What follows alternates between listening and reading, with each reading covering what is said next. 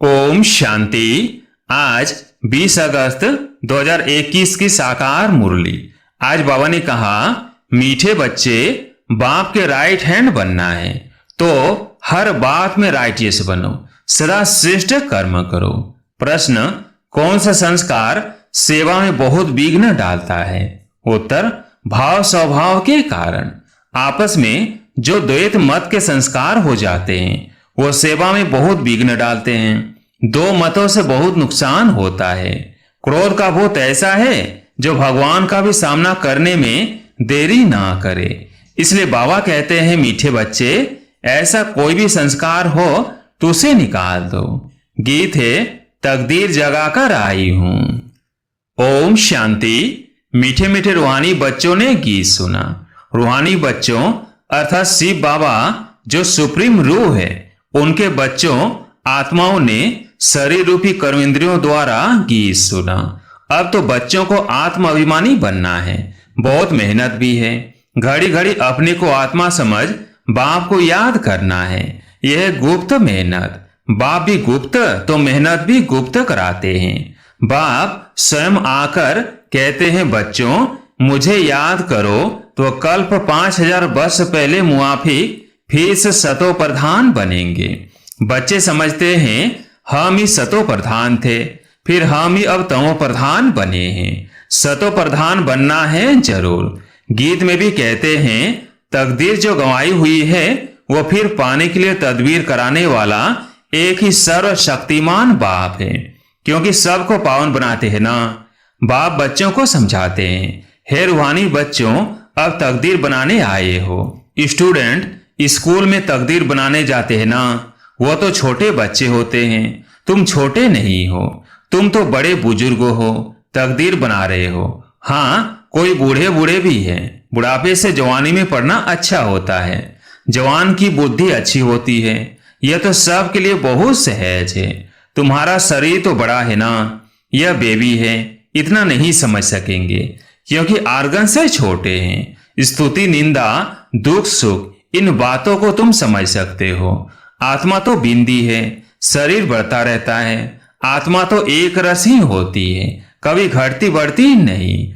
उस आत्मा की बुद्धि के लिए बाप कस्तूरी जैसी सौगात दे रहे हैं, क्योंकि अभी तो बुद्धि बिल्कुल तमो प्रधान बन गई है। सो अब स्वच्छ भी बन रही है। यह चित्र तुमको समझाने में बहुत काम में आते हैं। भक्ति मार्ग में देवताओं के आगे जाकर माथा झुकाते हैं, पूजा करते हैं।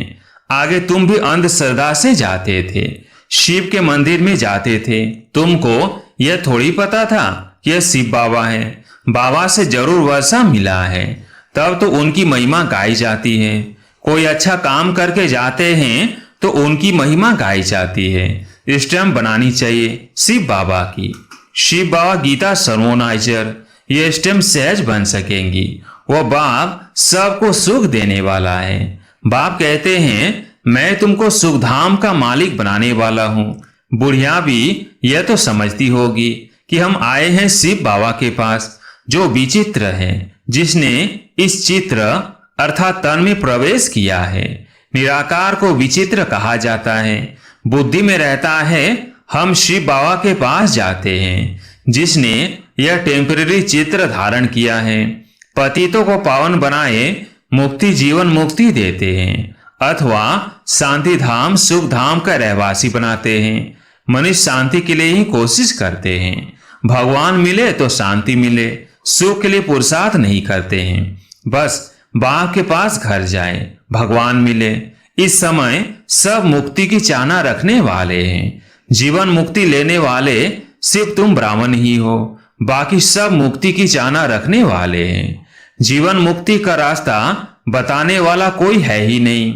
सन्यासियों आदि के पास जाकर शांति मांगते हैं, कहेंगे मन की शांति कैसे मिले। जो भी रास्ता बताने वाले हैं वो है ही मुक्ति में जाने वाले। मोक्ष क्या होता है वह भी बुद्धि में नहीं आता है। तंग होकर कहते हैं मुक्ति में जाए तो अच्छा है। वास्तव में मुक्ति धाम है आत्माओं के रहने का स्थान। इतने सेंटर्स पर बच्चे हैं, सब जानते हैं कि हम नई दुनिया के लिए राज्य भाग्य लेते हैं। बाबा हमको नई दुनिया का राज्य देते हैं। कहाँ देंगे? नई दुनिया में देंगे, वह पुरानी दुनिया में देंगे। बाप कहते हैं मैं संगम पर आता हूं, मैं न सतयुग में न कलयुग में आता हूं, दोनों के बीच में आता हूं। बाप तो सबको सदगति देंगे ना, ऐसे तो नहीं दुर्गति में छोड़ जाएंगे। सदगति और दुर्गति इकट्ठे नहीं रह सकते। बच्चे जानते हैं यह पुरानी दुनिया विनाश होनी है, इसलिए इनसे प्यार नहीं रखना है। बुद्धि कहती है ब्रोवर अभी हम संगम युग पर हैं, यह दुनिया बदलने वाली है। अब बाप आया हुआ है। बाप कहते हैं मैं कल्प कल्प संगम पर आता हूं, तुमको दुख से छुड़ाए हरि के द्वार ले जाता हूं। यह ज्ञान की बात है। हरिद्वार कृष्ण का द्वार अर्थात कृष्णपुरी को कहा जाता है। अच्छा, उनके पीछे फिर लक्ष्मण झूला लगा दिया है। पहले हरिद्वार आएगा। सतयुग को हरिद्वार कहा जाता है। फिर राम लक्ष्मण आदि दिखाते हैं। वह बात कोई है नहीं, वह तो बनाई हुई बात है। राम को कितने भाई हैं? 4 भाई तो होते नहीं, 4 से 8 भाई तो यहाँ होते हैं। एक तरफ है ईश्वरीय संतान और दूसरे तरफ है आसुरी संतान। अभी तुम जानते हो शिव बाबा ब्रह्मा तन में आए हैं। शिव बाबा है, ब्रह्मा है दादा, प्रजापिता है, वो आत्माओं का पिता अनादि है। इस समय ब्राह्मणों को रचते हैं। ऐसे नहीं कि शिव बाबा शालिग्राम को रचते हैं, नहीं, शालिग्राम तो अविनाशी है ही है। सिर्फ बाप आकर पवित्र बनाते हैं। जब तक आत्मा पवित्र नहीं बनी है तब तक शरीर कैसे पवित्र बन सकता?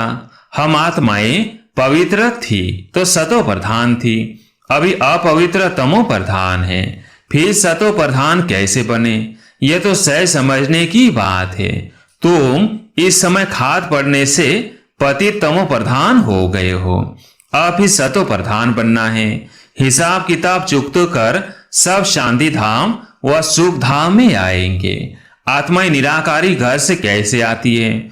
उसकी यादगार भी क्रिश्चियन लोग झाड़ बल्ब लगाकर मनाते हैं। तुम जानते हो यह सभी धर्मों की अलग अलग शाखाएं हैं। वहां से आत्माएं कैसे नंबरवार नीचे उतरती है, यह नॉलेज तुमको मिल गई है।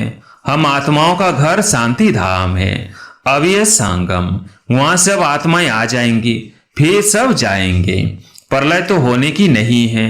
तुम जानते हो हम बाबा से तकदीर बनाने फिर से स्वराज्य लेने आए हैं। यह कोई सिर्फ कहने मात्र नहीं है, यहाँ से ही वर्षा मिलेगा।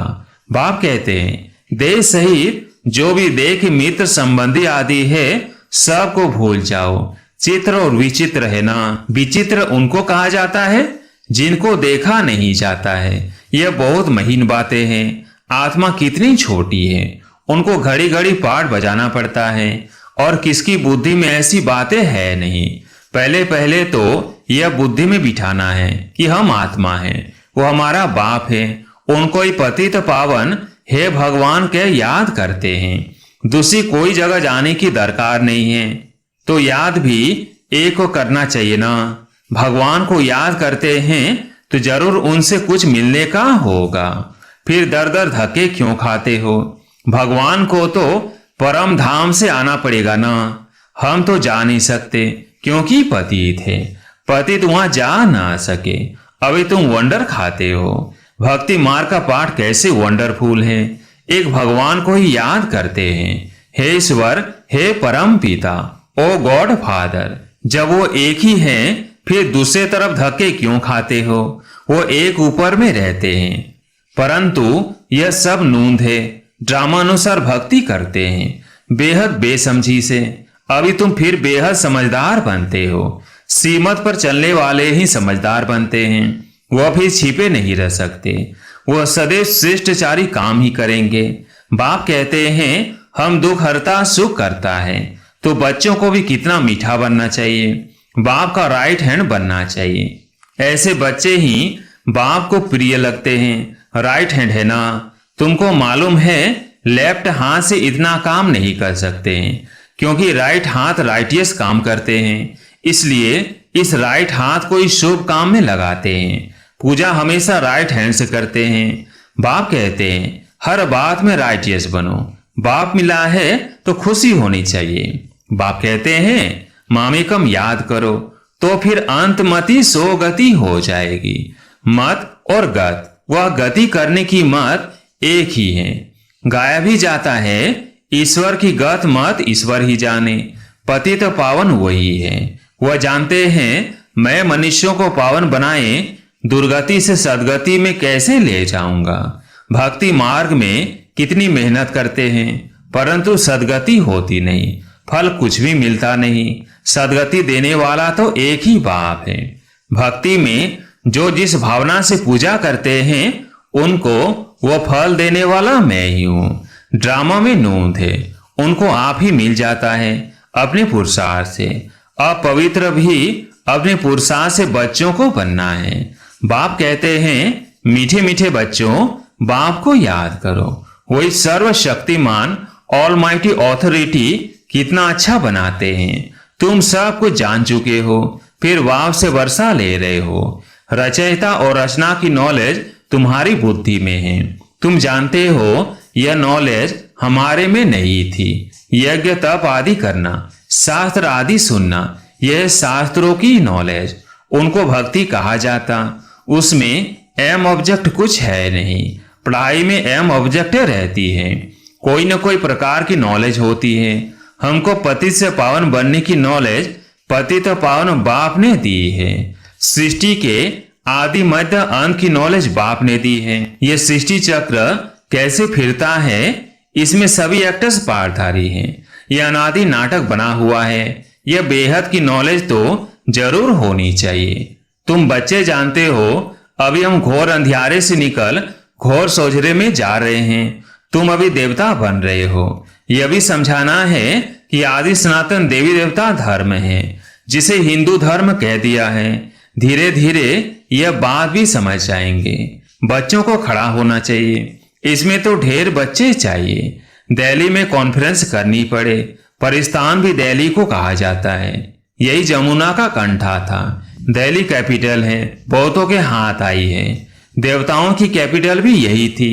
दिल्ली में बहुत बड़ी कॉन्फ्रेंस होनी चाहिए, परंतु माया ऐसी है जो करने नहीं देती, विघ्न बहुत डालती है।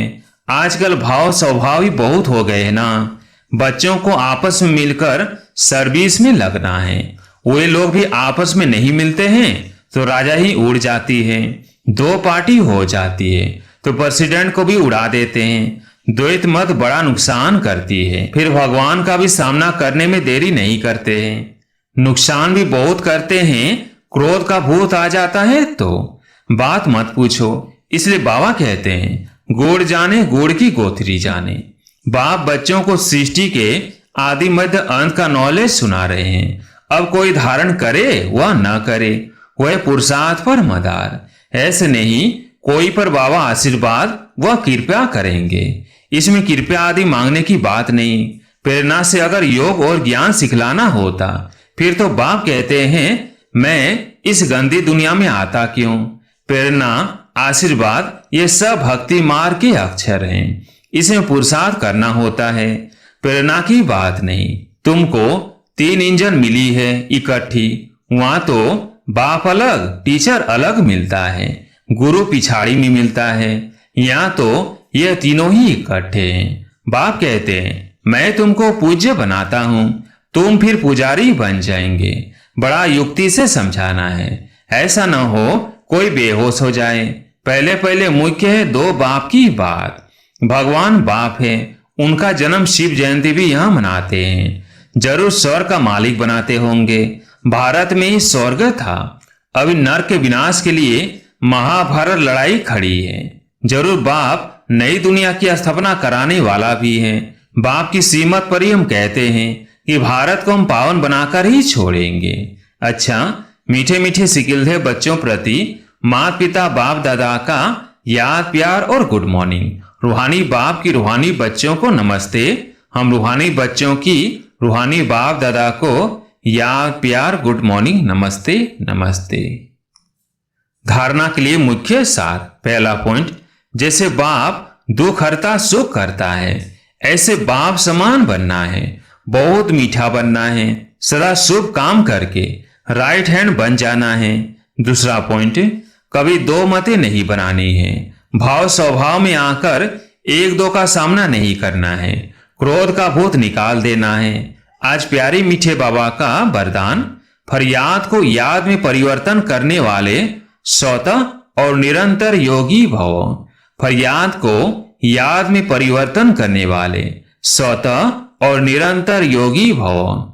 संगम युग की विशेषता है अभी अभी पुरुषार्थ, अभी अभी प्रत्यक्ष फल, अभी स्मृति स्वरूप, अभी प्राप्ति का अनुभव। भविष्य की गारंटी तो है ही, लेकिन भविष्य से श्रेष्ठ भाग्य अभी का है। इस भाग्य के नशे में रहो तो सौ तो याद रहेगी। जहां याद है वहां फरियाद नहीं। क्या करे, कैसे करे, यह होता नहीं है। थोड़ी मदद दे दो, यह है फरियाद। तो फरियाद को छोड़कर सौ तो योगी निरंतर योगी बनो। स्लोगन, जो स्वयं को मेहमान समझकर चलते हैं वही महान स्थिति का अनुभव करते हैं। जो स्वयं को मेहमान समझकर चलते हैं वही महान स्थिति का अनुभव करते हैं। अच्छा, ओम शांति।